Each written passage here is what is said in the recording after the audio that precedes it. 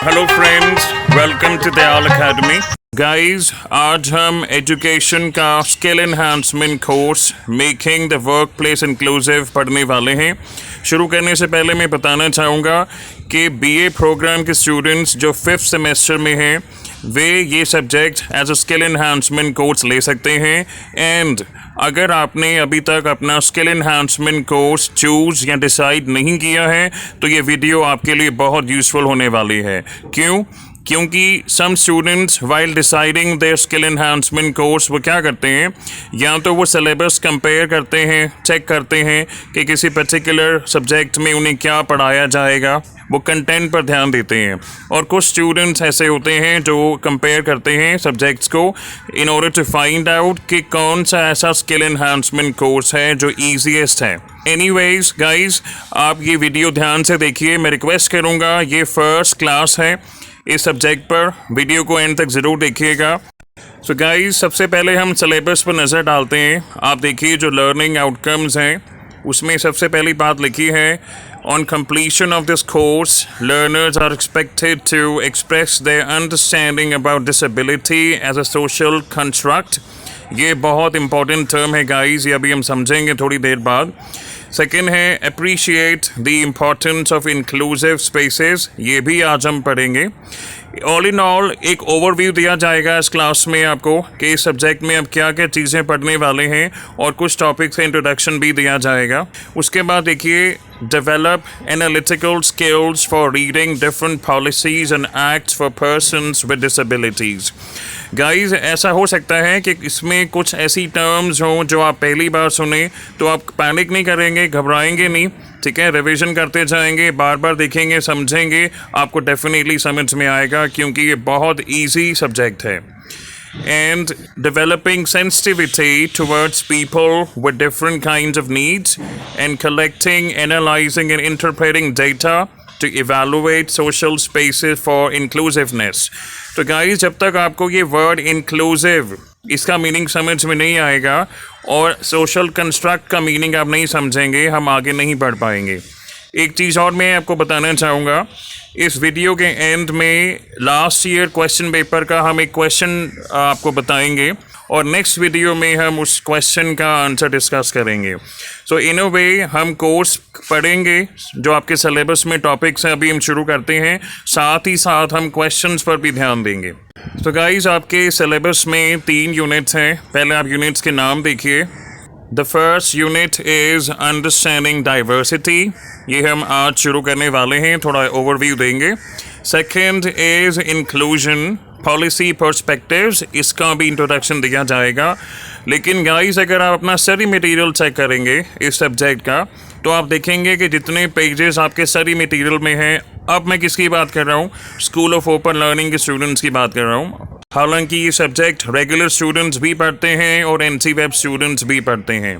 तो गाइस, आप देखेंगे कि आपके स्टडी मटेरियल में यूनिट 1 और यूनिट 2 का कंटेंट है, और यूनिट 3 जो है वो एक्चुअली एप्लीकेशन बेस्ड है। तो यूनिट 3 का आपको कोई मटेरियल एज सच आपके स्टडी मटेरियल में नहीं मिलेगा, लेकिन ऐसे काफ़ी क्वेश्चंस हैं जो लास्ट ईयर क्वेश्चन पेपर्स में आए हैं, एप्लीकेशन बेस्ड हैं। उनमें से कुछ क्वेश्चंस इस यूनिट में से लिए गए हैं, वो हम सक्सेसिव वीडियोज़ में डिस्कस करेंगे।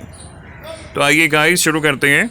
सबसे पहले गाइस, हमको पता होना चाहिए कि वर्क प्लेस का मीनिंग क्या है, द टर्म इंक्लूसिव इसका क्या मीनिंग है, and what do we mean by making the workplace inclusive, इसका क्या मतलब होता है। तो गाइस, वर्क प्लेस एक ऐसी प्लेस है जहाँ पर लोग काम करते हैं, उसी को आप वर्क प्लेस बोलते हैं।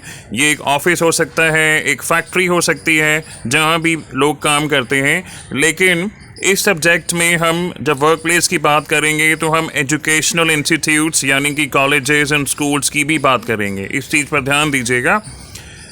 सेकेंडली, अगर हम नॉर्मली बात करते हैं वर्क प्लेस की तो आपने सुना होगा, लोग कहते हैं कि हमारे वर्क प्लेस पर ये फैसिलिटीज़ हैं, ठीक है, या ऐसे ऐसे सेफ्टी स्टैंडर्ड्स हैं हमारी वर्क प्लेस में।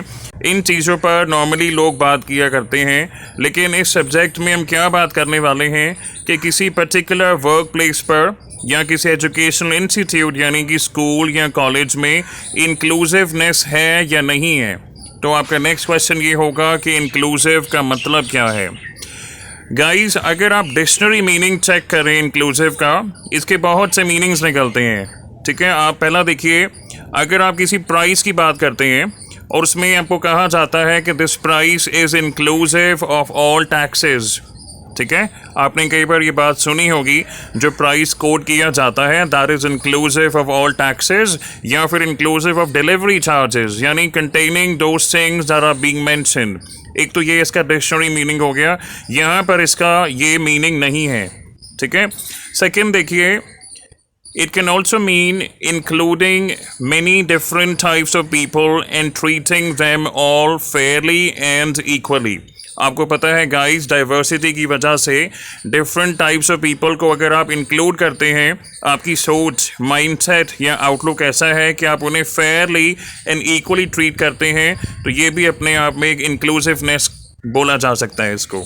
ठीक है, उसके बाद थर्ड और फोर्थ देखिए, including everyone who are otherwise excluded because of their race, class, gender, sexuality or disability।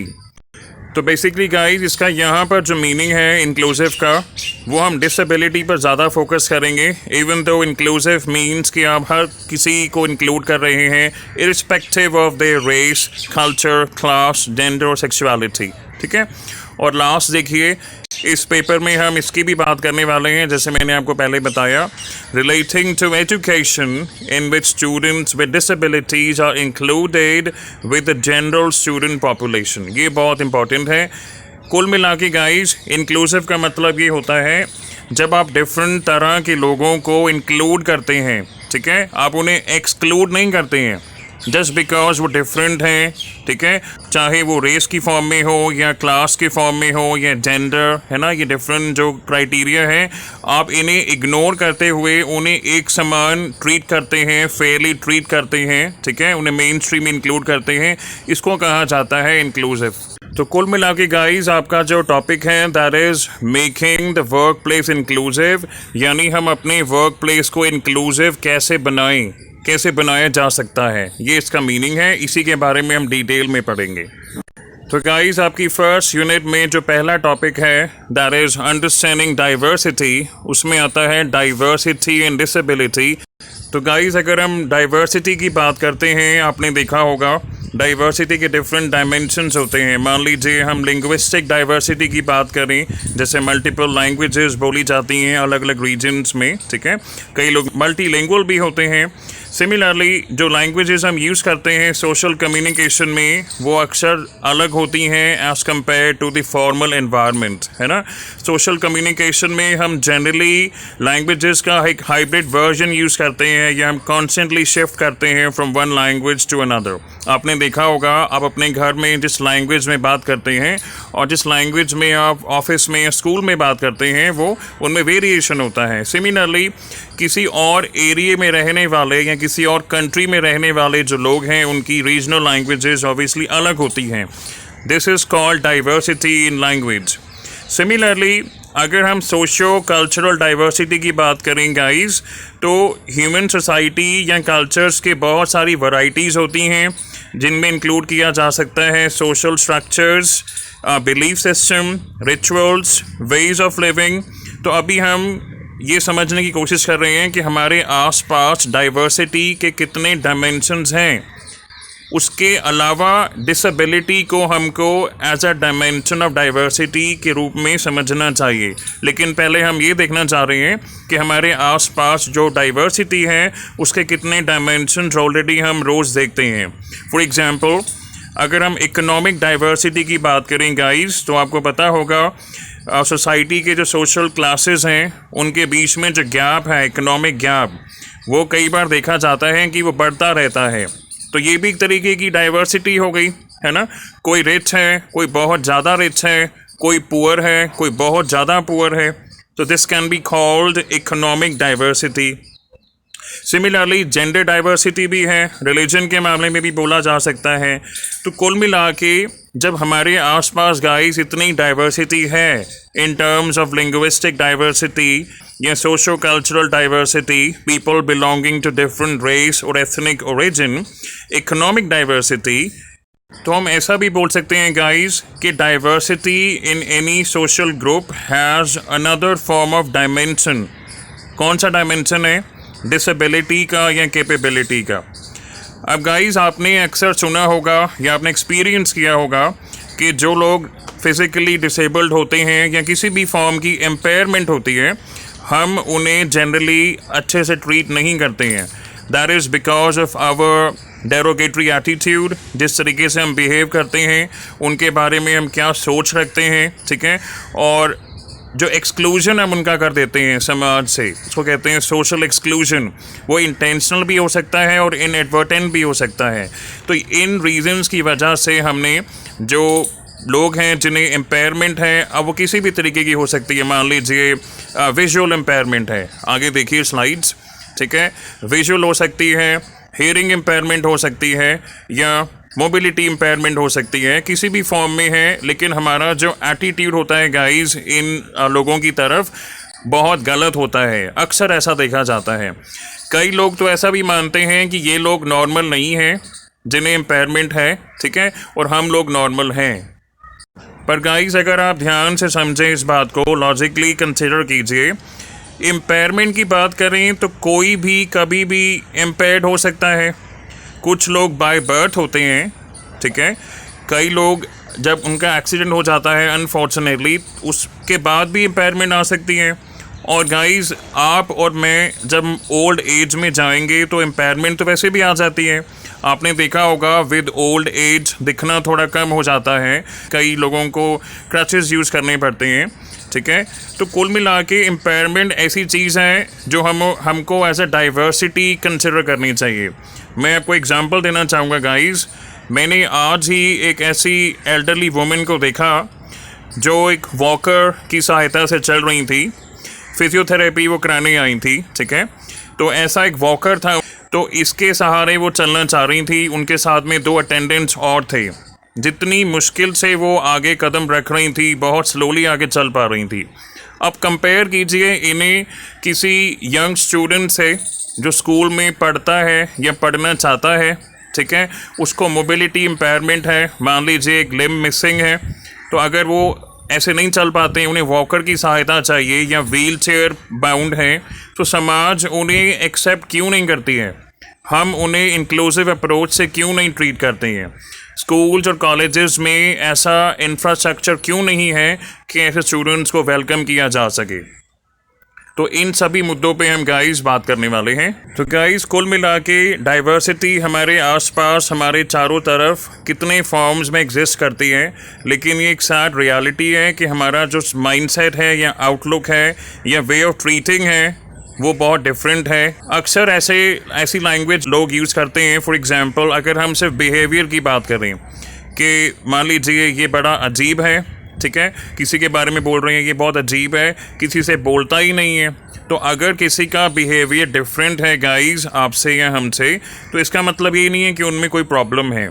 Similarly अगर हम एम्पेयरमेंट की बात करते हैं, जैसे अभी हमने बात की है, विजुअल एम्पेयरमेंट है या हियरिंग एम्पेयरमेंट है, ठीक है, और भी डिफरेंट टाइप्स के जो डिसेबिलिटीज़ हैं उन्हें डिटेल में पढ़ेंगे इस सब्जेक्ट में। तो उन्हें हमें एक डाइवर्सिटी की फॉर्म में देखना चाहिए, क्योंकि डिसेबिलिटी या एम्पेयरमेंट जो है गाइस वो उनके कंट्रोल में नहीं है, ठीक है। अगर कुछ लोग बाय बर्थ उनके बॉडी में कोई एम्पेयरमेंट है, ये जैसे मैंने पहले बताया एक्सीडेंट्स के बाद भी हो जाती है या ओल्ड एज में अक्सर हो जाती है, ठीक है, तो उसमें उनका कोई फॉल्ट नहीं है। और अगर हम उन्हें फेयरली इक्वली ट्रीट नहीं करते हैं, अगर हमारा डेरोगेटरी एटीट्यूड है, अगर हम उन्हें सोशल एक्सक्लूजन करते हैं, तो हम बहुत गलत कर रहे हैं। क्यों? क्योंकि इनका राइट है, by law they have their rights. इसीलिए गाइस ऐसा बोला जाता है कि डिसेबिलिटी को डाइवर्सिटी का एक डायमेंशन के रूप में हमें देखना चाहिए, कोई भी डिस्क्रिमिनेशन नहीं करना चाहिए। Guys the next thing is disability and gender. अब आप सोच रहे होंगे कि क्या पिछला टॉपिक हमारा पूरा हो गया। तो गाइस या तो आप चाहें तो साथ साथ नोट्स बना सकते हैं, लेकिन जितना मैंने बोला अभी वो सफिशिएंट नहीं है, क्योंकि this is suppose to be the first class where I am giving you the introduction, ठीक है। इसके बारे में और डीप में चर्चा अभी होनी बनती है। तो इसमें क्या है, डिसेबिलिटी एंड जेंडर में हम बात कर सकते हैं कि women and girls who are disabled, उनके ज़्यादा चांसेस होते हैं to experience the double discrimination, क्योंकि अभी अभी मैंने आपको बताया कि समाज का जो आउटलुक है टुवर्ड्स पीपल विद डिसेबिलिटी या एम्पेयरमेंट वो ठीक नहीं है। लेकिन अगर कोई वुमन है या गर्ल है जो डिसेबल्ड है, उनके चांसेस ज़्यादा होते हैं, like they are likely to experience double the amount of discrimination. तो उसके बारे में क्या करना चाहिए हमें, क्या हमारी आउटलुक होनी चाहिए, उस बारे में और पढ़ेंगे। उसके बाद देखिए मल्टीपल डिसेबिलिटीज़, तो ये पॉसिबल हो सकता है गाइस कि कोई पर्सन है जो विजुअली इम्पेयर्ड है, ठीक है, और साथ ही साथ वो हेयरिंग इम्पेयर्ड भी है, इसको कहा जाता है मल्टीपल डिसेबिलिटीज़। उसके बाद गाइस आता है disability as a social construct, और जो क्वेश्चन की मैं बात कर रहा था गाइस ये उसी पे बेस है। इसमें एक्सक्लूजन और इंक्लूजन टर्म्स इस्तेमाल किए गए हैं, ठीक है। इंक्लूजन एक्सक्लूजन के बारे में थोड़ा सा आइडिया मैं आपको दे चुका हूँ, ये आइडिया बार बार आएगा, देखिए ये सेकंड यूनिट में फिर रिपीट होगा टॉपिक। तो आपको कुछ नहीं करना है, आप ध्यान से सुनते जाइए, जो चीज़ समझ में नहीं आती उसे रिवाइंड करके दोबारा देखिए और पूरी वीडियो ध्यान से देखिए। तो गाइस इसमें हम पढ़ेंगे कि एक ऐसा आइडिया जो काफ़ी लोगों के माइंड में होता है कि ऐसा सोचते हैं वो कि having one or more impairment, like those people who have one or more impairment they are not normal, ऐसा मानते हैं वो, और उन्हें एक्सक्लूड कर दिया जाता है सोसाइटी में से। अब यहाँ पर सोसाइटी के लेवल पे भी हो सकता है, लेकिन सिंस आप एजुकेशन सब्जेक्ट पढ़ रहे हैं तो यहाँ पर हम डेफिनेटली स्कूल्स की बात करेंगे कि ऐसे चिल्ड्रन, ऐसे स्टूडेंट्स जो डिसेबल्ड हैं, उन्हें कोई इम्पेयरमेंट है। And by the way guys, हम बाद में ये भी पढ़ने वाले हैं कि डिसेबिलिटी और इम्पेयरमेंट में क्या फ़र्क है। जो गाइस हमारी बॉडी में जो इम्पेयरमेंट है, ठीक है, वो मेडिकल कंडीशन हो सकती है, लेकिन हमारा जो एटीट्यूड है उन लोगों के प्रति वो उन्हें डिसेबल बनाता है, ठीक है। तो हम बात कर रहे हैं यहाँ पे एक्सक्लूजन और इंक्लूजन की। एक एग्जांपल लेते हैं, मान लीजिए एक सोसाइटी में एक प्ले ऑर्गेनाइज किया जा रहा है और काफ़ी स्टूडेंट उसमें हिस्सा ले रहे हैं, और उन स्टूडेंट्स में से उस सोसाइटी में कुछ स्टूडेंट्स ऐसे हैं जो विजुअली इम्पेयर्ड हैं या हियरिंग इम्पेयर्ड हैं या व्हील चेयर बाउंड हैं या कोई और टाइप की उन्हें डिसेबिलिटी है, इम्पेयरमेंट है। तो ऐसा जनरली एटीट्यूड देखने को मिलता है कि कुछ लोग ऐसे होते हैं जो एक्सेप्ट नहीं करते हैं, उन्हें इंक्लूड करने का जो एक थिंकिंग होती है वो रेडीली एक्सेप्ट नहीं करते हैं, और कुछ लोग जो एक्सेप्ट करना चाहते हैं कि ओके इन्हें भी रोल दिया जाए, they can also contribute to the play. एक एग्जाम्पल के तौर पे बात कर रहे हैं गाइस, इंक्लूड करना चाहते हैं लेकिन रिसोर्सेज कह लीजिए, इंफ्रास्ट्रक्चर कह लीजिए, है ना, मान लीजिए स्टेज पर जहाँ पे परफॉर्मेंस होने वाली है वहाँ पर रैंप नहीं है, तो अगर रैंप नहीं है तो जो व्हील चेयर बाउंड स्टूडेंट है जो परफॉर्म करना चाहता है वो कैसे चढ़ेगा, ठीक है। तो इन सभी चीज़ों पे हम बात करने वाले हैं कि एक्सक्लूजन मीन्स जब आप किसी को एक्सक्लूड कर देते हैं, and in terms of education it means exclusion occurs when students are directly और indirectly prevented from or denied access to education in any form। यानी मान लीजिए जो नॉर्मल स्कूल्स हैं जहाँ पर स्टूडेंट्स पढ़ते हैं, वहाँ पर अगर ऐसे बच्चों का एडमिशन नहीं होता है जिन्हें किसी भी प्रकार की इम्पेयरमेंट है, तो हमने सीधा सीधा उनको एक्सक्लूड कर दिया। We are denying them their right to education, ठीक है। उसके बाद गाइस बात करते हैं सेग्रीगेशन की, ये आपका टर्म आएगा सेकेंड यूनिट में, देखिए सेग्रीगेशन, इंटीग्रेशन एंड इंक्लूजन। तो स्टार्टिंग एक्सक्लूजन से ही होती है, ठीक है। अब सेग्रीगेशन में क्या है कि मान लीजिए ऐसे बच्चों को सेपरेट कर दिया जाता है जिनकी स्पेशल लर्निंग नीड्स हैं, उन्हें एक स्पेशल स्कूल में पढ़ाया जाता है। तो इन अ वे गाइस, इवन दो उनकी एजुकेशन हो रही है लेकिन आपने उन्हें सेग्रीगेट कर दिया।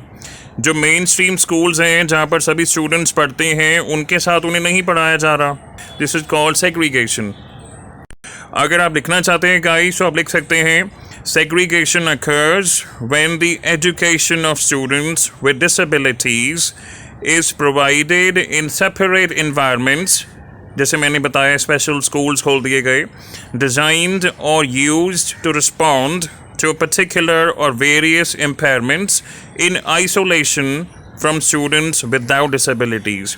यानी जहाँ सभी बच्चे पढ़ते हैं students who are not disabled, who do not have any impairment, अगर उनसे आइसोलेट करके अगर आप इन स्टूडेंट्स को पढ़ाते हैं then you are obviously segregating them. उसके बाद जो नेक्स्ट टर्म आती है guys, that is integration. So guys, integration का मतलब ये है कि जब आप ऐसे स्टूडेंट्स को इंटीग्रेट करते हैं, like you include them in normal schools, लेकिन आप स्टूडेंट को या चाइल्ड को उनसे एक्सपेक्ट करते हैं कि वो अडाप्ट करेंगे, ठीक है, rather than having the school adapt to the child's need. For example, separate classroom हो सकते हैं उनके लिए, आपने इंटीग्रेट तो कर दिया लेकिन अभी भी इंक्लूसिव अप्रोच जो है इंटीग्रेशन में नहीं मानी जाती है। तो अगर आपको वन लाइन में लिखना हो गाइस, आप लिख सकते हैं integration in terms of education, ठीक है, it is a process of placing persons or students with disabilities in existing mainstream educational institutions as long as the former can adjust to the standardized requirements of such institutions।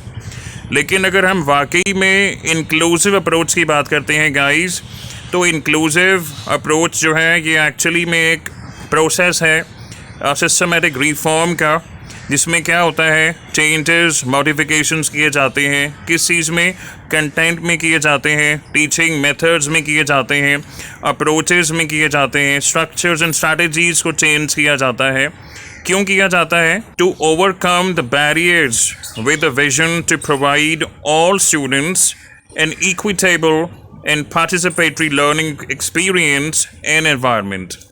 यानी कि बेशक वो school का infrastructure हो guys, कि मान लीजिए कोई व्हील चेयर बाउंड स्टूडेंट है, वो एंटर करेगा तो बिल्डिंग में रैंप होना चाहिए। अगर उसकी क्लासरूम ग्राउंड फ्लोर पर नहीं है तो वो ऊपर कैसे जाएगा? क्या उस बिल्डिंग में लिफ्ट है?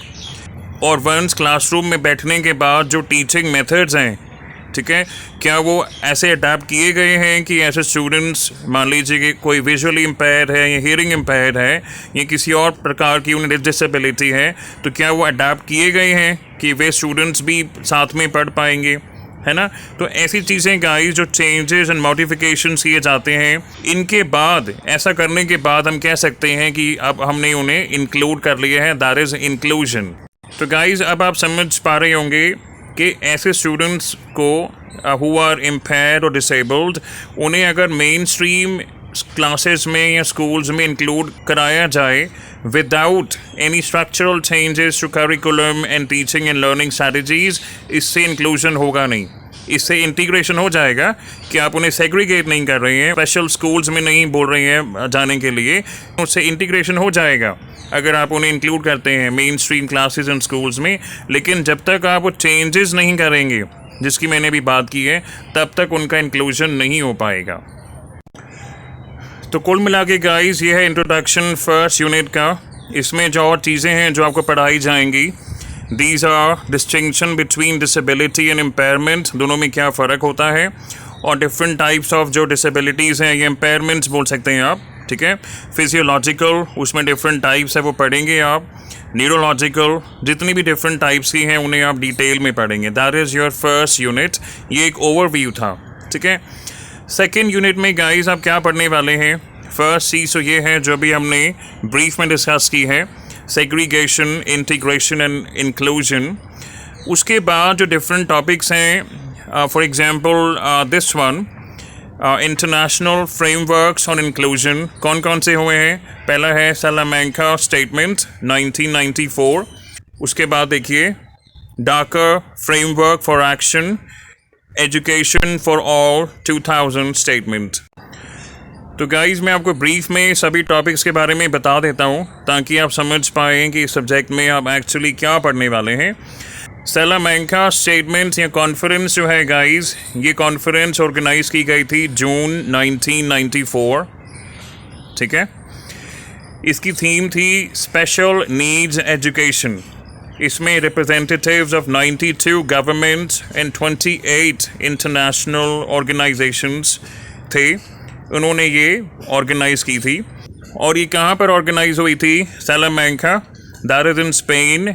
दैट इज़ वाई इसे आप बोलते हैं सलामैंका कॉन्फ्रेंस।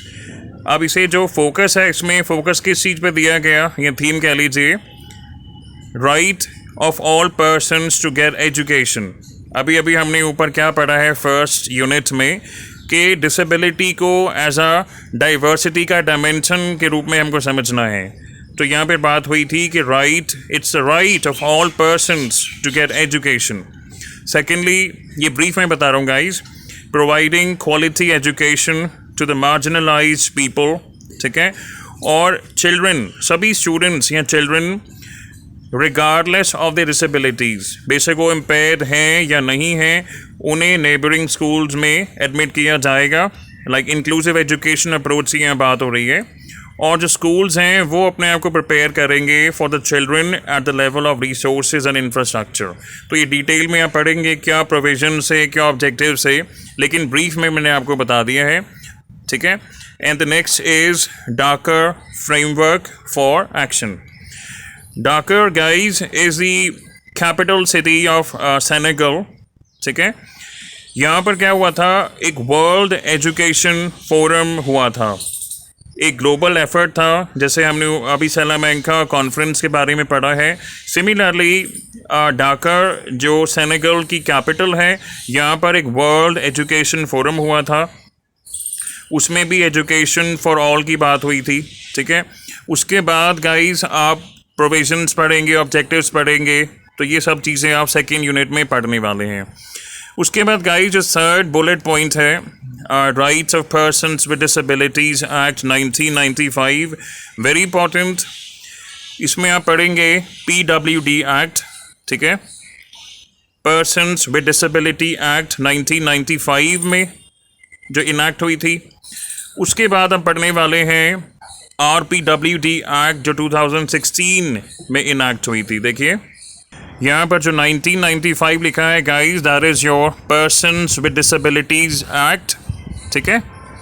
एंड सेकेंडली गाइस 2016 की जो एक्ट है, rights of persons with disabilities act 2016, इसके बारे में पढ़ेंगे। पहली चीज़ तो ये पढ़ेंगे गाइस कि पर्सन्स विद डिसेबिलिटीज एक्ट 1995 में क्या प्रोविजंस थे, ठीक है, और rights of persons with disability act 2016 में क्या प्रोविजंस थे। उसके बाद दोनों को कंपेयर करेंगे। सिंस आप देख सकते हैं ये जो एक्ट थी 2016 में इनैक्ट हुई थी, ठीक है, तो ऑब्वियसली इसमें कुछ एक्स्ट्रा प्रोविजंस रहे होंगे, कुछ एक्स्ट्रा रहा होगा इसमें, वो इसीलिए आप कंपैरिजन पढ़ेंगे। इसके अलावा इसमें दो चीज़ें और मेंशन हैं, देखिए, rehabilitation council of India act 1992 और national policy of persons with disability 2006। तो गाइज़ अब मैं आपके क्वेश्चन का आंसर करने वाला हूँ जिन स्टूडेंट्स ने ये पूछा है कि ये सब्जेक्ट इजी है या नहीं है। गाइज़ इजी और डिफ़िकल्ट तो आपको पढ़ के पता लगेगा, लेकिन कंटेंट के बारे में आपको मैं बता सकता हूँ कि यूनिट 1 जो है वो टोटली जनरल है। आपको बस इनके मीनिंग समझने हैं, अंडरस्टैंड करने हैं, इसमें याद रखने जैसा कुछ है नहीं है। डिफरेंट टाइप्स ऑफ जो डिसेबिलिटीज़ हैं या इम्पेयरमेंट हैं उन्हें पढ़ेंगे आप। उसके पहले जो इंट्रोडक्शन है, इन टर्म्स का जो मीनिंग है, डाइवर्सिटी इन डिसेबिलिटी है ना, उसके बाद disability as a social construct जो ब्रीफ में मैंने आपको बताया है, ठीक है। इसमें याद रखने जैसा कुछ ऐसा है नहीं। हाँ, ऐसा हो सकता है कि कोई स्पेसिफिक इम्पेयरमेंट हो, इनमें हम आई थिंक 21 डिसेबिलिटीज़ के बारे में पढ़ेंगे। उसमें कोई एक आधी ऐसी हो सकती है जो आपने पहले ना सुनी हो, उसके बारे में ऑब्वियसली आपको वो याद तो करना पड़ेगा, ठीक है। लेकिन अगर यूनिट 2 की बात करते हैं गाइज़, यहाँ पर सेग्रीगेशन, इंटीग्रेशन एंड इंक्लूजन, ये टोटली अंडरस्टैंड करने वाला टॉपिक है। इसमें याद रखने जैसा या मगअप करने जैसा कुछ है नहीं है। अभी मैं आपको लास्ट ईयर क्वेश्चन पेपर्स के जो क्वेश्चन हैं वो दिखाऊँगा।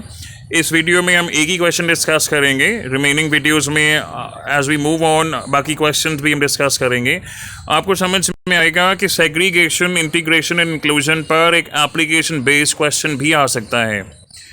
लेकिन इसके अलावा जो इंटरनेशनल फ्रेमवर्क्स हैं गाइज, मैंने आपको ब्रीफ में बताया है, सैलामैंका स्टेटमेंट, डाकर फ्रेमवर्क फॉर एक्शन, ठीक है, एजुकेशन फॉर ऑल स्टेटमेंट, इनके बारे में आपको थोड़ा थोड़ा लर्न करना पड़ेगा।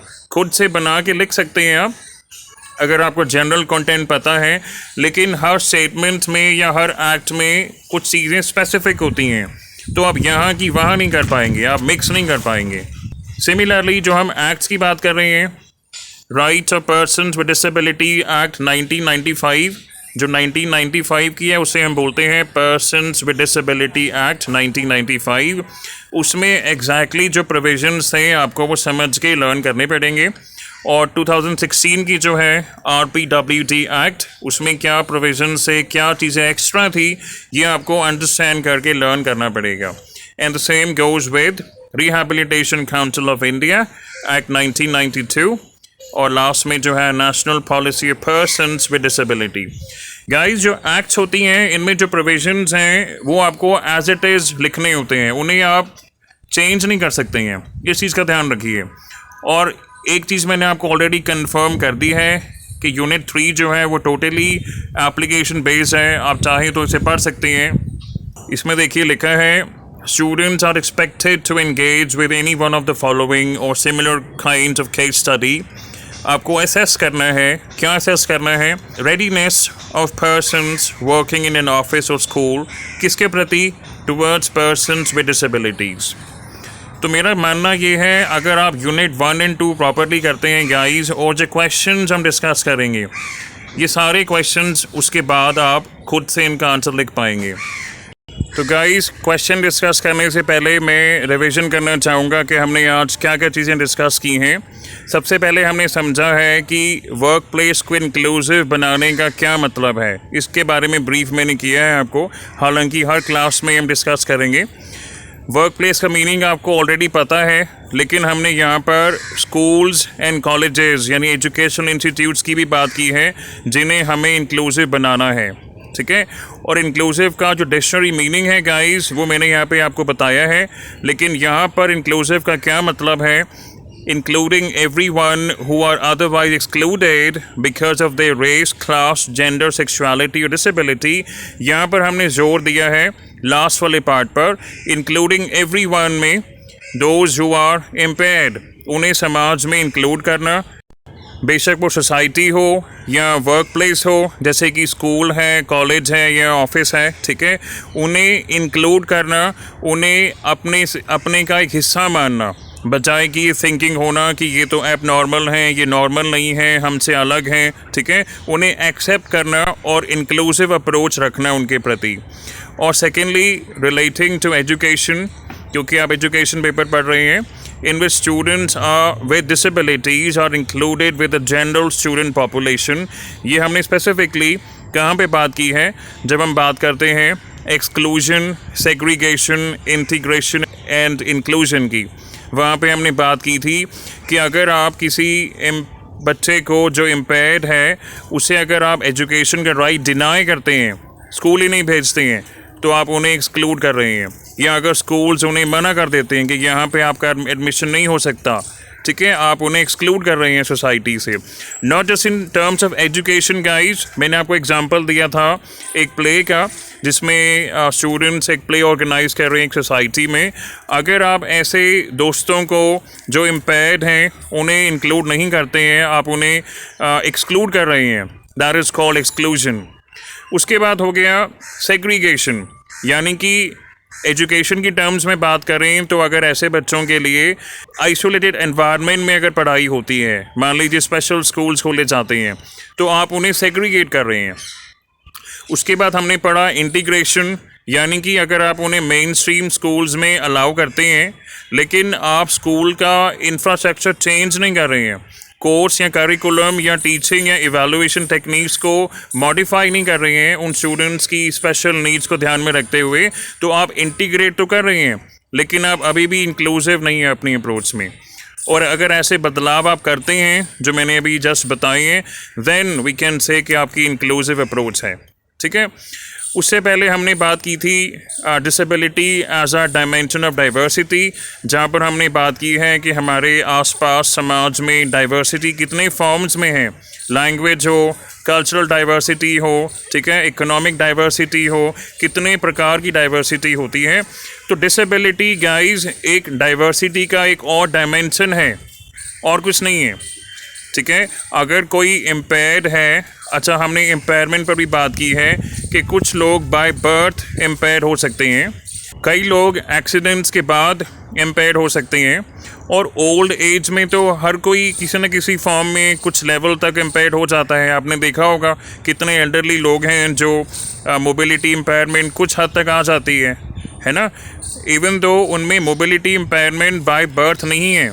लेकिन जैसे मैंने आपको एग्जांपल बताया कि मैंने एक लेडी को देखा, व्हील चेयर बाउंड नहीं थे, वॉकर की मदद से चल रहे थे, लेकिन as compare to somebody who can walk on his own, तो ये एक तरीके की इम्पेयरमेंट आ गई ना गाइस। तो कुल मिला के हमको इसे नॉर्मल वे में कंसिडर करना है, डाइवर्सिटी का एक डायमेंशन समझना है, ठीक है। उसके बाद हमने बात की है सोशल कंस्ट्रक्ट की, और इसी पे बेस्ड वो क्वेश्चन है। देखिए ये है guys question, last year question paper का। इसमें लिखा है present arguments and real life examples that validate the social nature of disability. आप कोशिश कीजिए, इसको समझिए, इसका आंसर लिखने की कोशिश कीजिए। नेक्स्ट वीडियो में हम स्टार्टिंग यहीं से करेंगे। And by the way, rights of persons with disability act 2016 में जो डिफरेंट डिसेबिलिटीज़ आइडेंटिफाई की गई हैं गाइस, वो ये हैं। इनमें से काफ़ी आपको पता होंगी, लाइक आई सेड, कुछ ऐसी हो सकती हैं जिनकी डेफिनेशन आपको समझनी पड़ेगी और लर्न भी करनी पड़ सकती है।